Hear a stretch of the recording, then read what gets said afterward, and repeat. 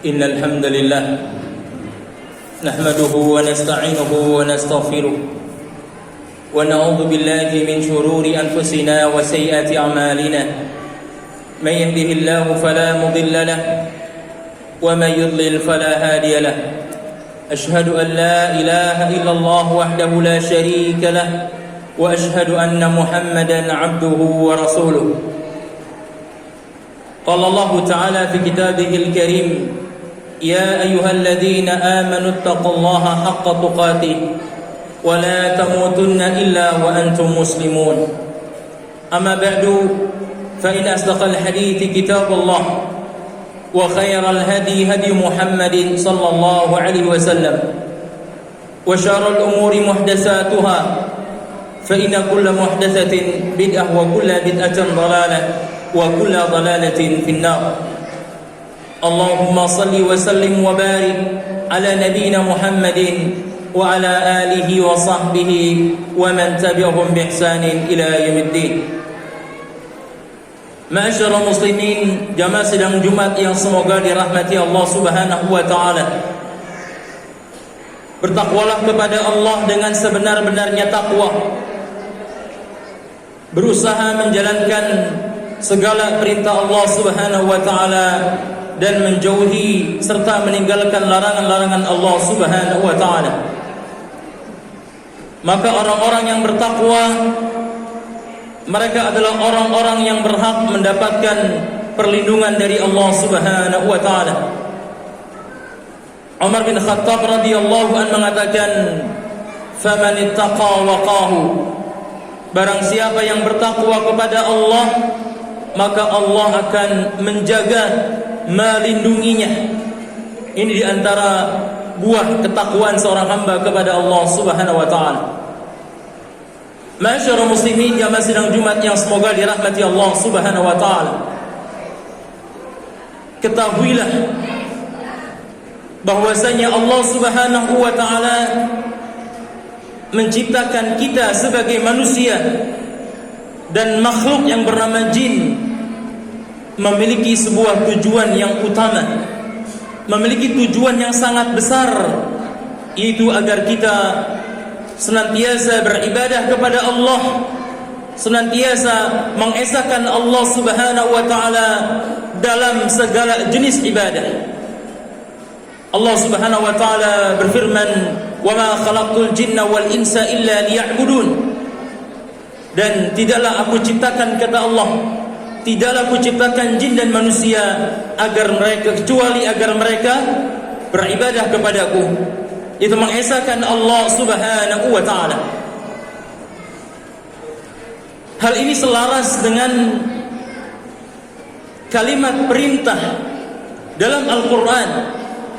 Kalau kita buka Al-Qur'an dari surah Al-Fatihah sampai An-Nas, kalimat perintah yang ada pertama dalam Al-Qur'an dalam surah Al-Baqarah ayat 21, Allah Subhanahu wa taala mengatakan, "Ya ayuhan nas, u'budu rabbakum."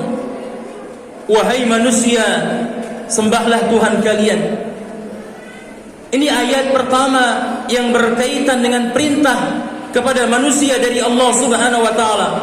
Sebelumnya Al-Fatihah dan ayat 1 Al-Baqarah 1 sampai 20 tidak ada kalimat perintah. Yang pertama adalah wahai manusia, sembahlah Allah semata. Dan larangan yang kedua, larangan yang pertama adalah agar kita semua meninggalkan sesembahan-sesembahan selain Allah. Dalam ayat selanjutnya Allah mengatakan, "Fala taj'alu lillahi andadan." Janganlah kalian menjadikan adanya sesembahan, adanya tandingan-tandingan selain Allah Subhanahu wa taala. Dari keterangan di atas dapat kita ambil sebuah pelajaran bahwasanya perintah yang paling utama adalah agar kita senantiasa mentauhidkan Allah, menjadikan Allah satu-satunya yang berhak untuk kita sembah. Dan larangan yang paling besar adalah agar kita menjauhi sesembahan-sesembahan selain Allah, menjadikan adanya tandingan-tandingan selain Allah, yang ini merupakan perbuatan kesyirikan kepada Allah Subhanahu wa taala. Ma'asyiral muslimin yang semoga dirahmati Allah Subhanahu wa taala. Kita perhatikan pula dalam Al-Qur'an seorang nabi alaihi salam yang bernama Nabi Ibrahim alaihi salam. Dia sangat khawatir terhadap dirinya, anak, cucu dan keturunannya dari menyembah berhala, dari melakukan perbuatan kesyirikan yang Allah Subhanahu wa taala kabarkan dalam surah Ibrahim. Di antara doa Nabi Ibrahim adalah wajidubni an na'budal asnam wa bani an na'budul asnam.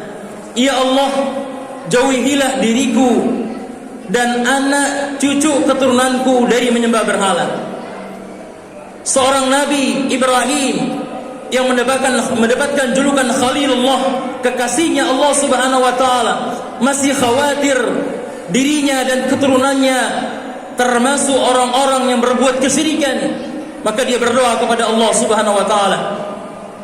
Terlebih bagaimana dengan kita yang jauh tingkatannya, derajatnya, kedudukannya di bawah Nabi Ibrahim alaihi salam. Seharusnya kita pun khawatir diri kita, keluarga kita, anak-anak kita jatuh ke dalam perbuatan kesyirikan.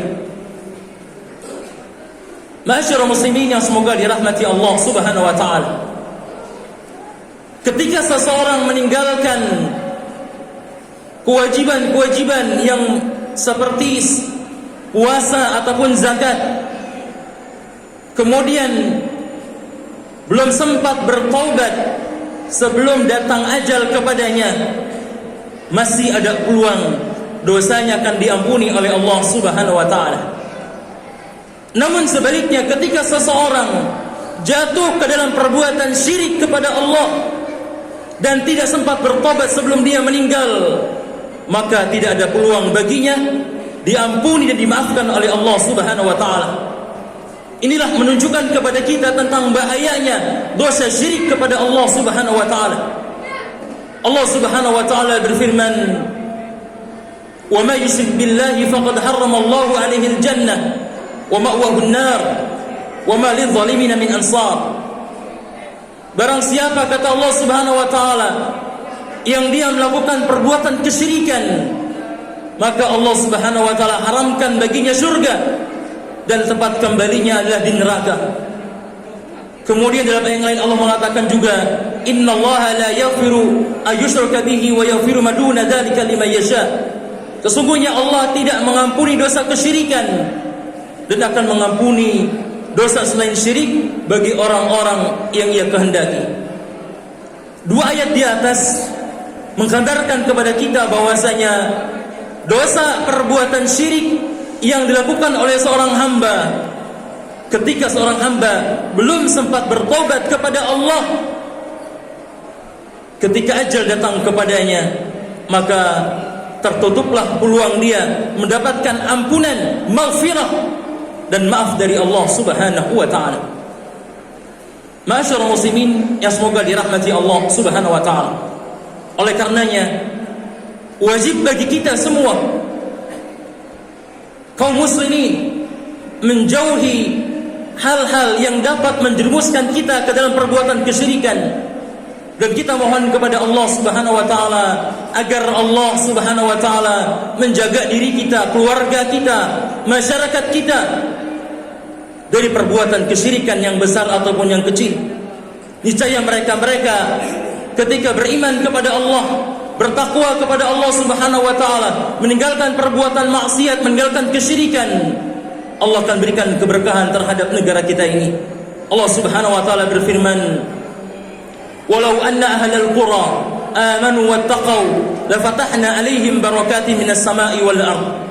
Jika seandainya penduduk negeri beriman dan bertakwa kepada Allah, dua kuncinya beriman, yang kedua bertakwa, menjalankan perintah Allah, yang paling utama mentauhidkan Allah dan meninggalkan larangan Allah yang paling utama dari perbuatan syirik, maka Allah akan berikan keberkahan yang datang dari langit dan dari bumi.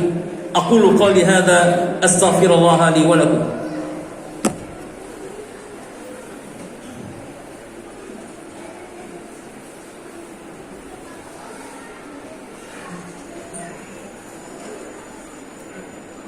Alhamdulillah, حمدا كثيرا طيبا مباركا فيه كما يحب ربنا ويرضى. أشهد أن لا إله إلا الله وحده لا شريك له وأشهد أن محمدا عبده ورسوله. Masyarakat muslimin, jamaah sidang Jumat yang semoga dirahmati Allah Subhanahu wa taala. Di khutbah yang kedua ini akan kami berikan penjelasan singkat beberapa contoh-contoh perbuatan kesyirikan yang banyak tersebar di tengah masyarakat. Yang pertama adalah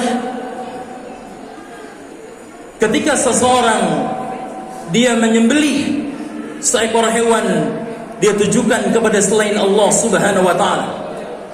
Baik dia tujukan untuk penghuni laut atau penjaga gunung atau tempat-tempat yang dikeramatkan, ketahuilah perbuatan tersebut adalah bentuk kesyirikan kepada Allah Subhanahu wa taala.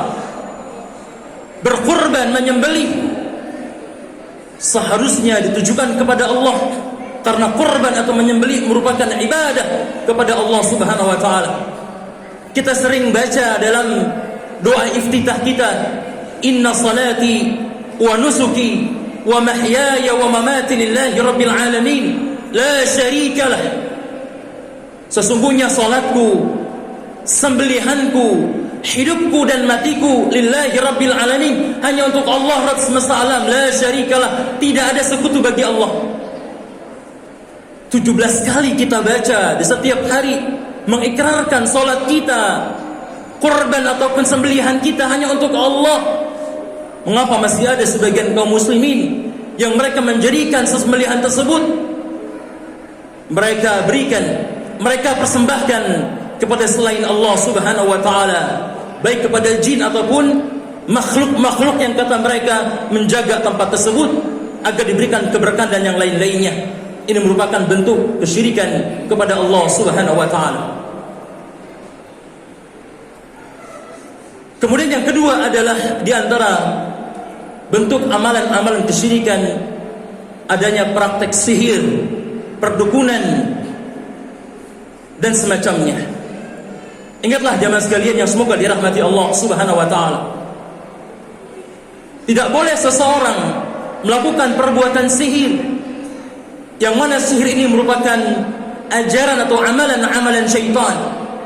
Allah Subhanahu wa taala menjelaskan tentang hal ini dalam surah Al-Baqarah ayat 102. Wa ma kafara Sulaimanu walakinna asyayatina kafaru yu'allimunna an-nasa sihra.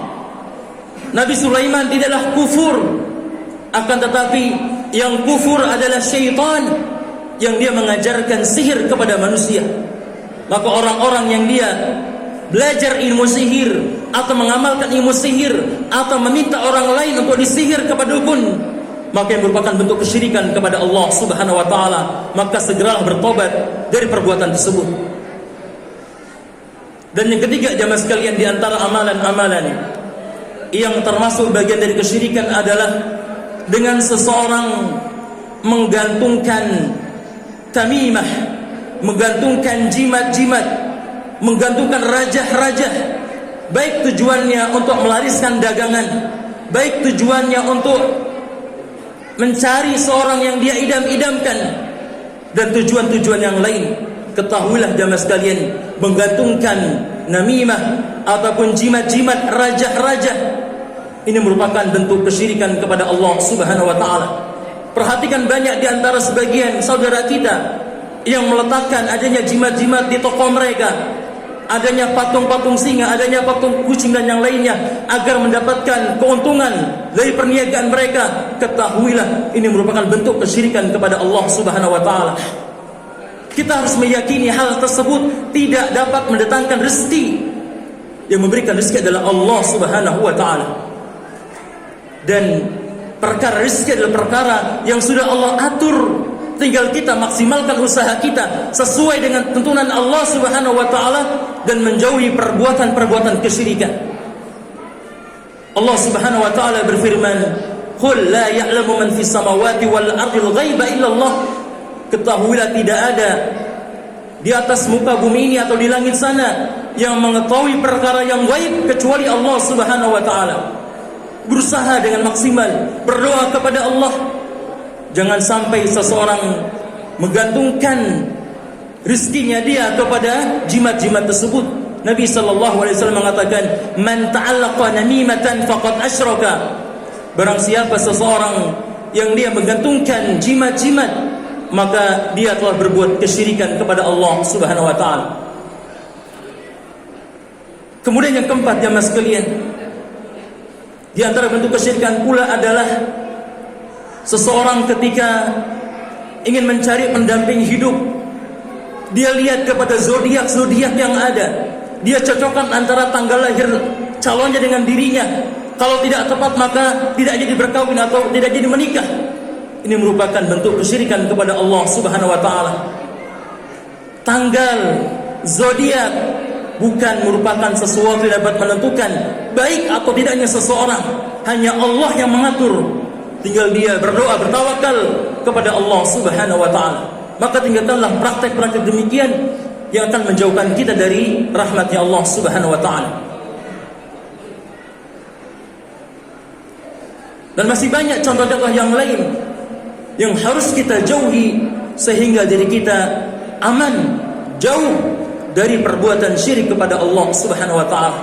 Oleh karenanya, marilah kita hanya beribadah kepada Allah, bertawakal kepada Allah Subhanahu wa taala, meminta hanya kepada Allah, berharap hanya kepada Allah, tinggalkan perbuatan-perbuatan kesyirikan yang akan menjadikan negara kita negara yang aman, tentram dan datang keberkahan dari Allah Subhanahu wa taala. Amin ya rabbal alamin. Innallaha wa malaikatahu yusalluna 'alan nabi ya ayyuhalladzina amanu sallu 'alaihi wa sallimu taslima.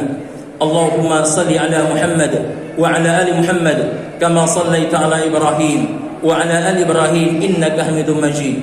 Allahumma barik 'ala Muhammad wa 'ala ali Muhammad kama barakta 'ala Ibrahim wa 'ala ali Ibrahim innaka Hamidum Majid. Allahumma ighfir lana wa liwalidina wa lilmu'minina yawmal hisab. Rabbana zalamna anfusana wa illam taghfir lana wa tarhamna lanakunanna minal khasirin. Rabbana atina fid dunya hasanah wa fil akhirati hasanah wa qina adzaban nar. Wa sallallahu ala nabiyyina Muhammadin wa ala alihi wa sahbihi wa sallam. Akhiru da'wana anil hamdulillahi rabbil alamin.